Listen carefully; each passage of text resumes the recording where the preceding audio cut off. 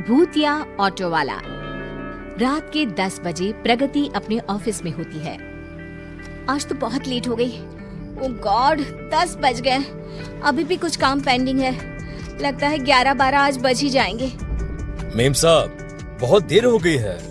और कितनी देर रुकेंगी आप? ये भीमगढ़ है, यहाँ 10 बजे के बाद एक बैलगाड़ी मिलना भी मुश्किल है। मुझे थोड़ी देर और लगेगी नथु काका, आप चले जाइए, मैं ऑफिस बंद कर दूंगी। प्रगति का जन्म इंदौर में ही हुआ। वहीं उसने अपनी पढ़ाई भी पूरी की। कई नाकाम कोशिशों के बाद आखिरकार एक दोस्त की सिफारिश से कुछ दिन पहले उसकी नौकरी भीमगढ़ में लगी थी। आज तो भले ही पूरी रात हो जाए, प्रोजेक्ट तो मैं कंप्लीट करके ही रहूंगी। बॉस को इतना खुश कर दूंगी कि पहले हफ्ते में ही मेरा प्रमोशन हो जाए। वाह, क्या सही रहेगा ना? तभी पूरी तरह खाली ऑफिस में एक आवाज आती है। हाँ। ऑफिस में तो कोई था ही नहीं, तो प्रगति की बात पर हामी किसने भरी? ऐसी करहाती आवाज में हाँ सुनकर प्रगति हड़बड़ा जाती है और इधर उधर देखने लगती है। ये हाँ की आवाज कहाँ से आई? प्रगति चारों तरफ देखती है पर उसे कोई नहीं दिखता। उस आवाज को अपना वहम मानकर प्रगति फिर से अपने काम पर लग जाती है। तभी अचानक जोर से बिजली कड़कती है।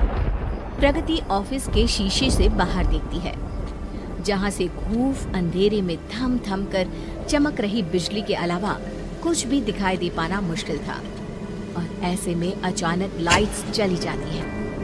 हे भगवान, ये क्या हुआ? अब मैं काम कैसे कंप्लीट करूंगी? ऊपर से ये तेज बारिश।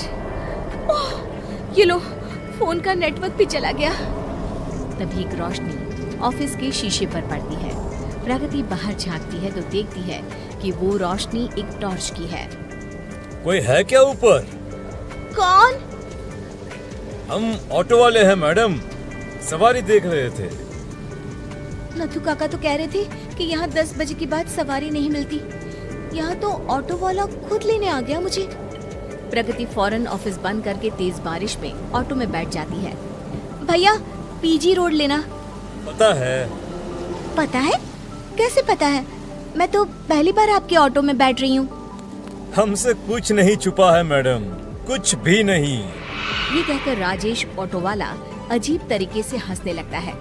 ऑटो के अंदर की लाल बत्ती, बाहर की तेज बारिश और उस पर ऑटो वाले की बात प्रगति के मन को डराते जा रही थी। अचानक ही ऑटो लाइट्स ऑन ऑफ होने लगती है। राजेश का चेहरा बदल जाता है, उसकी आंखें लाल हो जाती है। शरीर के कपड़ों में खून के धब्बे दिखने लग जाते हैं। कौन हो तुम? मुझे छोड़ दो प्लीज। अरे यही तो काम है मेरा, सबको छोड़ना, शमशान घाट तक। अचानक ही आगे की सीट से गायब होकर राजेश प्रगति के बगल में बैठ जाता है। ऑटो खुद ब खुद चलने लगती है। मुझे जाने दो प्लीज। मुझे अगर कुछ हो गया तो मेरा परिवार बिखर जाएगा। मेरे घर वाले मेरा इंतजार कर रहे हैं। मुझे छोड़ दो। तो मेरे साथ धोखा क्यों किया? मुझे क्यों मारा? मैंने किसी को नहीं मारा। नहीं। तुम्हारी ऑफिस मेरे परिवार की लाश पर बनी है। मैं राजेश, मेरा भी परिवार था जो पूरी तरह मुझ पर निर्भर था। एक दिन एक ग्राहक योगेश मेरे ऑटो पर चढ़ा। कुछ अजीब सी बातें कर रहा था वो फोन पर। कहाँ ले जाए सर आपको? कहीं भी ले जा, पर ये ऑटो रुकना नहीं चाहिए, समझा? इतने पैसे की चोरी की है तूने। अरे अगर तू पकड़ा गया ना तो तू कहीं का नहीं रहेगा। रास्ता मिल गया मुझे, और वो रास्ता मैं था। योगेश ने पैसे कहीं और छुपा दिए और खाली बैग मेरे ऑटो में छोड़ गया।